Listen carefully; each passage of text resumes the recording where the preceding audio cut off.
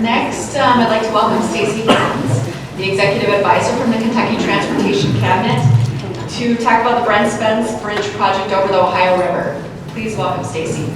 Thank you. Hello, my name is Stacee, and I'm with the Kentucky Transportation Cabinet District 6. So first off, to all of you from out of town, welcome to Kentucky. Obviously, we're known for our horse racing, our basketball, and our bourbon. So if you can't find something fun to do while you're in town, then I don't know what to tell you. And James, I'm going to start out completely by disappointing you. We're not talking about the repair project. We're talking about we're not looking to the past. We're looking to the future. We're talking about our new companion bridge project. So if you guys will humor me, I want to start a little bit about talking about the history of the bridge. The Brent Spence Bridge, if you're not familiar with it, as was discussed, we did have a major repair project a couple years ago, but it does carry the I-71, I-75, and the local traffic between Covington, Kentucky, and Cincinnati, Ohio. The Brent Spence, which is a fun tongue twister if anyone wants to try saying that 3 times, but it is named for Kentucky's longest-serving congressman at the time, and was built in 1963 as part of the original highway system. It is a double-deck cantilever bridge, and if you can, anyone with the eagle eyes can see that the original construction of the bridge was $2.74 million. So as we fast forward a couple years, we're going to talk about that. We're pretty close on our estimate. Just move it over. Change the M to a B, and we'll talk about that. If you're not familiar with it, the southbound traffic on the bridge travels on the upper deck. So traffic traveling from Ohio to Kentucky travels on the upper deck. Traffic northbound traveling from Kentucky to, or from Covington to Cincinnati travels on the lower deck, and I call that my white knuckle zone because it is, the lanes are very narrow and the overhead is very low. In fact, our overhead signs are in the beams of the upper deck, making it difficult to see. Talk about that in safety in a minute. But just giving you guys an idea and perspective about the project. The bridge was designed to carry 80,000 vehicles per day. So it was designed with 3 lanes. It actually did have shoulders when it was constructed. But however, due to capacity concerns and the need for additional capacity, it was restriped in the mid-1980s. And the 12-foot lanes became 11-foot lanes. We took away from the shoulders, so now we have 4 lanes. So those 4 lanes added 33% capacity, but it also immediately went to the old bridge inspection nomenclature terminology of becoming functionally obsolete, right? We don't call it that anymore. Been told we're not supposed to call that anymore, but it no longer held the safety features that it was originally designed for. And I can't do a presentation without showing the old pictures. I love the old pictures of the area. So now that you've heard about the bridge, the overall history of the bridge, let's talk about our project. So, unfortunately we're not going to talk about the repair project. The 2020 repair project, there's a pretty cool YouTube video. Maybe if there's a break later, you guys can pull it up during break. But I'm here to talk about the repair project, or excuse me, the companion bridge project. We call it the Brent Spence Bridge Corridor Project, because while we are replacing a bridge, it has been eloquently called just a bridge widening, a roadway widening project with a bridge put in the middle. It is over 8 miles. So obviously, the bridge itself is actually only about 4% of the project length, but it is a major hiccup or a major pinch point in the project. The project itself is a bi-state project. Obviously, we're working very closely with Ohio. We have a bi-state management team. That bi-state management team is being led from both Kentucky and ODOT from their district levels. So ODOT District 8, for those of you familiar with that, the Lebanon Monroe area, and for KYTC District 6. Sorry, earthquake, no, I'm just kidding. The floor is shaking up here. But from the District 6 perspective, that's out of northern Kentucky, which is where I'm from, just in the Covington area, and both teams are supplemented and strongly supported with central office folks. But as I mentioned, it is an 8-mile corridor. When we were originally discussing the project, and still as we picked it back up, there was the misinformation about it being a replacement bridge. It is not a replacement bridge. We are actually adding capacity by building a companion bridge immediately to the west of the existing structure. With that being said, the existing Brent Spence Bridge will get to live on We are going to rehab it we're going to replace both decks and look for steel repairs. Now, as you can imagine, a project of this size does not happen overnight and has been going on long before my tenure at KYTC. I came on board in about 2006. This project was already in the works at that point. It actually started with an OKI study, which OKIs are Ohio, Kentucky, Indiana, our NPO, our Regional Council of Governments. They did the original study to confirm the need for a project to add capacity on the corridor. It was pretty much already known, but it was just more or less documenting it at that point. From 2005 to 2009, we completed the feasibility study. And if you look at the top line of this graphic, all along the top line, you can see 2004 was the first agreement between Ohio and Kentucky. Happened in 2004 to make sure that we could move forward with the planning and, like I said, the feasibility. We're up to our 6th agreement now, so we get along really well. We just like to have agreements every so often to make sure we're charting the course. And on the bottom part of the slide are different milestones that have happened. We originally started looking at alternatives. It says 25 conceptual alternatives, but if you put the sub-alternatives in there, we were up well over 50. We looked at alignments. You'll see we originally settled in the downtown corridor, but we were looking on actually taking it out of the downtown urban area entirely. We were looking at cutting through the west side of Cincinnati. It was called the Queensgate alignment. So we went through and looked at multiple alternatives, ultimately settling on 2 and a subset of 1, so kind of 3-ish, to carry forward in the traffic engineering and the environmental documentation, which led to the travel demand model, and the environmental, they actually lined up, with alternative I being the one that moved forward. If we're looking at the purpose and need of the project, it's to improve traffic flow and level of service, improve safety, I mentioned my white knuckle moments, correct geometric deficiencies, and maintain connections to keep regional and national transportation corridors. We'll talk about the national significance of the corridor in a moment. But once we understood the purpose and need, then we started talking about why and why the project is important. As I mentioned, we reduced the lane width, so it went from 12 feet to 11 feet. We no longer had shoulders. But I didn't mention the weaving movements that occur on the bridge. So, as I mentioned, it carries 71, 75, and local traffic in the urban corridor, which in our area is kind of from 12th Street up through the Cincinnati area. If you're going in the northbound direction, there's an entrance ramp immediately at the end of the bridge. So you've got those people trying to maneuver onto the bridge and potentially move over 3 lanes to go to 75 northbound. You kind of have the same movement in the southbound direction. But the decision point as to whether you're going 75, 71, or local traffic is on the bridge in its current state. And as I mentioned, the overhead signs are all hard to see, and we've tried to remedy that by doing the pavement tattoos or pavement stampings. But it's still a concern when you have, especially when you have people that aren't familiar with it, and the folks out of town, the ones that are going, maybe from Lexington to Dayton. So just a safety concern. What the graphic is actually showing you, the blue lines are what you would expect, or the crash rates on a typical Kentucky highway, a similar Kentucky highway. The white is what ODOT's crash rates are.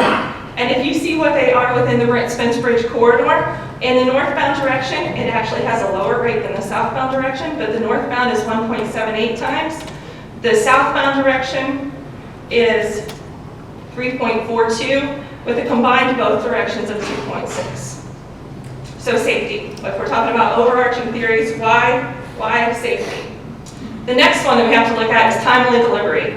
Until now, I've kind of spoken about the regional significance of the bridge and the corridor, but you can see on this graphic the national significance of the corridor. I-75 is a major north-south freight corridor moving goods all the way from the Upper Peninsula in Michigan to Florida's southern tip. It also, I-75 carries $1 billion worth of freight every day. And as I mentioned OKI earlier, they just did another study. They updated their study and confirmed that number. So there was a little age on it previously, but it has been confirmed. And then, of course, third but not least, the American Transportation Research Institute publishes a list of top truck bottlenecks within the nation, and the Brent Spence Bridge has been identified as the second worst bottleneck in the country. So now we've talked about the national component of it. Let's look at global economy. We take that broader view, and you're talking about the Brent Spence Bridge corridor. We have to look at how this interstate roadway network aligns with other modes of transportation. As I mentioned, or I think as James mentioned, the Brent Spence Bridge carries nearly 3% of the nation's gross domestic product. It also, located across the river, of course, I mentioned the Ohio River. Along the Ohio River is the Port of Cincinnati, which is the 14th busiest port in the U.S. and carries or transfers over 48 million tons of cargo per year. So now we've got the waterways taken care of. But how many flew in today? Did anyone fly into Cincinnati Airport? Anyone? Did you realize that you weren't actually flying into Ohio? Right? So the Cincinnati Airport is actually located in northern Kentucky. So we talk about CBG. But if we're looking at how the Brent Spence Bridge corridor relates to the air traffic, CBG is the 7th largest cargo airport in North America. It has 9 air cargo carriers, and anyone order from Amazon, because we also have the Air Hub Amazon as well as DHL Express. Right? So you can see how our interstate system ties to the other modes of transportation and why this corridor is important to the global economy. So now that we've talked about the why, let's look at the project. As I mentioned, it's a roadway widening project. We have 5 miles in Kentucky. The project, if you're familiar with the area, the project starts south of Dixie Highway, about a stone's throw from our district office, and goes through both the Dixie Highway interchange and the Kyles Lane interchange. And then we go down a steep grade, affectionately known as the Putman Hill, and you get into the Covington urban area. So the way the project is actually set up, as you see on your left, that's the Dixie Highway interchange that I mentioned, and the Kyles Lane interchange. In order to minimize the ingress and the egress and the safety concerns from the weaving motions, these 2 interchanges will be more or less joined with the collector-distributor system. Believe it or not, one of the highest traffic areas, ramps that we have in the project corridor is actually that Kyles Lane entrance ramp, because of traffic coming from the southern portion of Kenton County and going to the northern portion of Kenton County and to the Cincinnati area to work. So in the northbound direction, you'll take one exit to get out onto Dixie Highway or Kyles Lane, and then they'll merge together back at the interstate. And the same way coming in the southbound direction, CD system, you'll hit Kyles Lane if you want. You'll hit the exit for Kyles Lane if you want to go to Kyles Lane or Dixie Highway. Now, I've mentioned that Cut in the Hill area. When you're going down the Cut in the Hill area, that's when, if you've ever seen it, you see the skyline of Cincinnati, the indicator that you're going into a more urban area. Because of that urban setting and because of the mix of the interstate traffic, both 75 going to Dayton, 71 going to Columbus, the decision was made to put another collector-distributor system in that connects not only the cities of Covington, but the city of Cincinnati. So as you're coming down the Cotton Hill in the northbound direction, you make the decision if you're going to any destination in the Covington area or in the Cincinnati Business District. And then the interstate traffic is separate. So the idea is that we'll help reduce or will eliminate that weaving movement and that decision making on the bridge. You can barely see it there, but the companion bridge will be built immediately west of the existing structure. And that's a little bit closer up. This slide's animated and then it shows the different layers. So the light blue is the interstate. I think the green popped in there. And it's maybe a little bit difficult to see, but it's the collector-distributor system, and I'll be able to show you that on one of the next slides. But the collector-distributor system is actually housed on the existing Brent Spence Bridge. The new bridge will hold all the interstate traffic. And then also coming in is the local streets. Aha. So this gets us to the existing Brent Spence Bridge. We're working from the south to the north. As I mentioned, the existing Brent Spence Bridge was restriped to 4 lanes. With the project, it will go back to its original configuration of 3 lanes, and it will carry all the local traffic on that collector-distributor system that's going to and from Covington and to or from Cincinnati. getting back to the safety aspect of it, we're able to provide those shoulders. And to get to James's point earlier, by having this bridge that you can enter and exit from the freeway system, as well as the interstate system, we're building in some redundancy or some resiliency that's not there today. We talked about the Brent Spence Bridge Repair Project. Very familiar with that project, also very familiar with the traffic interruptions and disruption that it caused to the entire region. So by having two bridges adjacent to each other, we are building in some resiliency and redundancy. To the new companion bridge. So we're separating on this bridge. I'll show you a diagram of how it was originally designed back in 2012, and some value engineering that's taken place today has produced this alternative. But it incorporates the interstate traffic, I-71, I-75 on a new companion bridge immediately to the west of the existing bridge. So this is what I was talking about as far as our previous alternative I. You can see in the 2012 evaluation schematic that moved forward, this is what was approved in the environmental document as well as the travel demand models. So from an engineering perspective, that's what's on the top. So you can see that it's much wider. It's about 170 feet wide. At that point, we had the same concept of separating the local traffic, that collector-distributor traffic, from the interstate traffic, but it also took it one step further and separated the interstate traffic.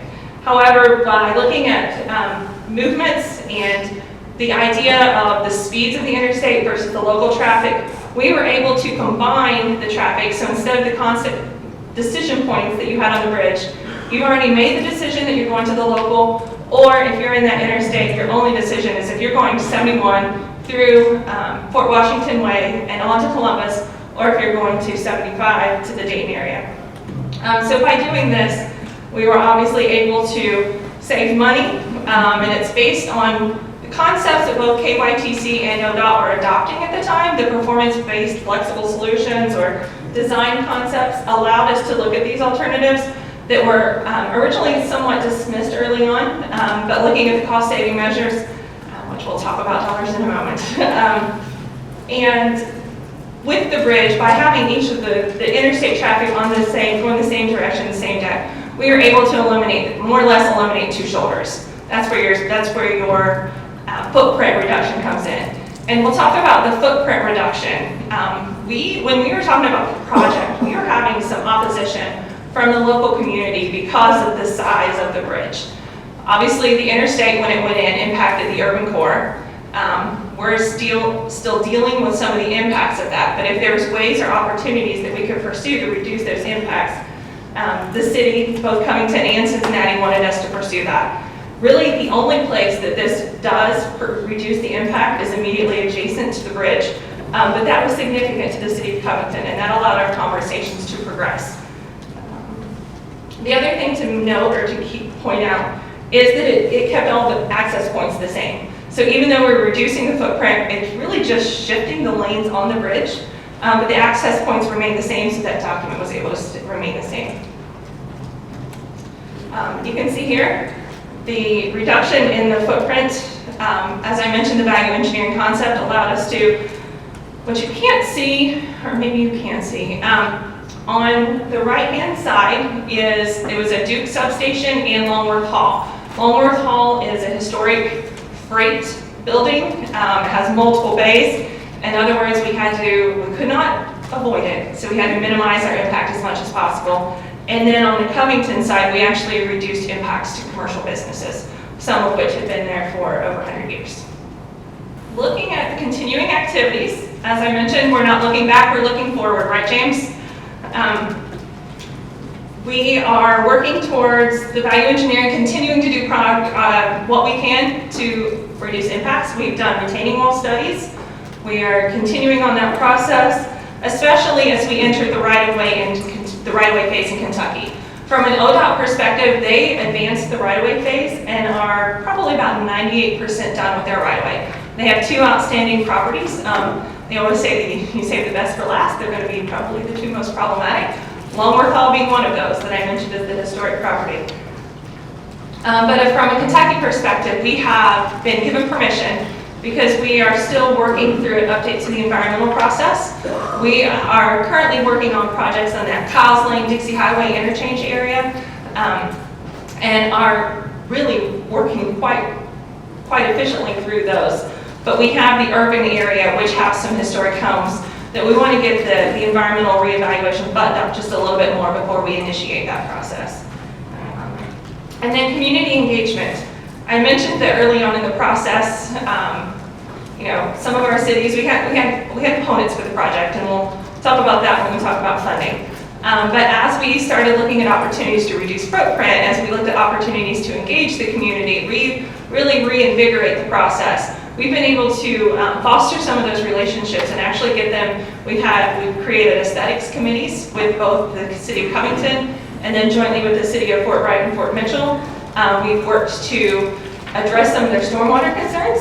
So as part of the project, KYTC has committed to removing all stormwater impacts, and we'll have our own separate system that will have its own separate discharge at the river.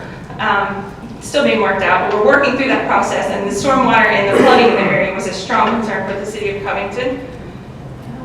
And then, like I mentioned, in the areas, we have started the right-of-way process on the southern section. In the northern section, communities talk, you're hearing grumblings. We were not able to move forward with those in Covington, but we did hold meetings with them, just property owner meetings, to let them know what the process would look like when we were cleared to go. We were getting a lot of comments, a lot of questions, and if you're starting on the project, why not me? So we held a couple of evenings of meetings where people could sign up and come meet with us and talk to us. Actually went pretty well, got to meet some interesting people. So now we get to talk about the fun stuff, the funding. On a project of this size, obviously funding is a major component, maybe even an obstacle sometimes. The total cost of the project, and this is for all of the project in Ohio and in Kentucky and the bridge, is approximately $3 billion. As I mentioned, take that 2.74, change the M to a B and round it up, we're good to go. The second bullet there is what really sold the project to the Northern Kentucky, Cincinnati area. We've made it, the states have made a commitment to pursue every possible opportunity to fund this project without tolling. So far as, even the legislators put in about 2015, put in a law that prohibited the use of tolls on interstate bridges between Ohio and Kentucky. And guess how many bridges that covered? It was very specific. But either way, the idea is that Kentucky will cover the portion of the project within their state, Ohio will cover the portion of the project, the cost for the portion of the project within their state, and we will split the cost of the bridge. And now why? Why now? Like I said, I started in 2006, we were talking about the project then. This project's been going on for 2 decades. So why now, and why do we feel like right now is the time? Naively, I've been optimistic about this project in the past. But I do feel like, we're putting the project in every position to be successful at this point. When I talk about the 2015 legislation that went into place, the project more or less kind of halted. We did some work, we did some underground utilities, some surface utility exploration, but the project wasn't advancing. But as James mentioned earlier, with the bipartisan infrastructure law, we consider that a once in a generation opportunity for a large portion of the project to receive federal funds. If tolling's off the table, we have to look at every potential opportunity, and we really saw this as an opportunity for this particular project. If you look at I'll talk about the 2 grants that we applied for, but if you look at some of the pots of money, we feel that this project lines up really well with those. So we talk about the bipartisan infrastructure law, the commitment from executive leadership. In our last highway plan, the governor our dedicated $250 million of general fund. So this is independent of our highway fund, but a general fund money that could go towards this project. That's unprecedented in our state, so absolutely unprecedented for this project. They've also, from within KYTC, we have a person out of the State Highway Engineer's Office. If you guys have ever worked with Gary Valentine, he is committed to this project as well, and he brings a wealth of experience with the Louisville Bridges project. If he was not involved, I keep saying that I'd just be floundering, not knowing what questions to ask or where to go. Because we're talking, And I have 3 questions, and he's already 3 steps ahead about this is where we need to be going. So that leadership, dedicating a person out of the State Highway Engineer's office. As I mentioned, it's being led out of the district, and it's always kind of been housed there, but this is a really true commitment from the Secretary's office and the State Highway Engineer's office. And I can't skip past the 3rd bullet. For those of us that lived it, you lived and breathed it for those 41 days, not 42, but 41 days. The 2020 repair project highlighted the regional and honestly national significance of this corridor and this bridge. When we had that project, when it was shut down, we were putting maintenance of traffic in place. Luckily, we had a neighboring project that we could pull maintenance of traffic in. But I'm not kidding. I called people as far away from, I could call the Lexington market, I called the Columbus market, we even called the Indianapolis market to ask them to put on their boards, hey, bridge shut down, this is what's going on. Ironically, the gentleman from Indianapolis, I reached out to him, asked him, and as we were talking, he was looking it up, and I said, no, the bridge is closed. He's like, wait a minute, so he looked it up. It's like, seriously, this bridge? She's like, could you pick a worse place? No, we can't, that's why we're reaching out. But so like I said, so the local national significance of this corridor was highlighted when that bridge was closed for that project. And then last but not least, like I said, the community support. Our adversaries have turned into our advocates, which is a big step for the project. So when we're talking about the grant applications, we talk about the bipartisan infrastructure law. We're pursuing 2 grant programs. We feel like we're positioned to maximize the funding opportunities should they become available. We can move as quickly as the early next year. We are requesting $1.66 billion, but I think it's important to note that it's a joint request from both Ohio and Kentucky. It's a joint application. As I mentioned, it's a once-in-a-lifetime opportunity, and we feel like we're positioned and poised to spend that. Could go out with, if funding becomes available. So we pursued the 2 different grant applications. We pursued the multimodal project discretionary grant, or what we call the mega grant. And the mega grant and the infra grant was the same, kind of one pot. So by default, we applied for the infra grant as well. And then the second one is the bridge investment program, the large bridge project grant. It was submitted in August. We were hoping to hear something as early as, October. Don't think that's going to happen, so we're still optimistic for the end of the year. And if we do receive grant funding by the end of the year, we're ready to go out with an RFQ start of the year, actually January 2nd. That's a big F, but that gets me to my the next slide, and we're talking about innovation. And when we were looking at this project, we were, years ago, had always considered design build as our procurement method for this project.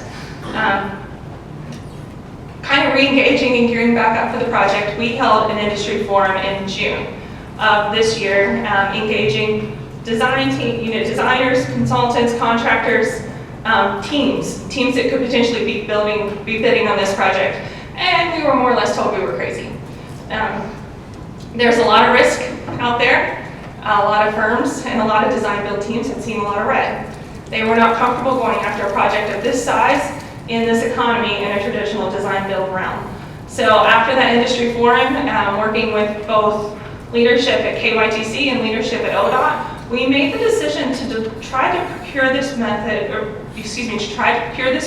project through a progressive design build method.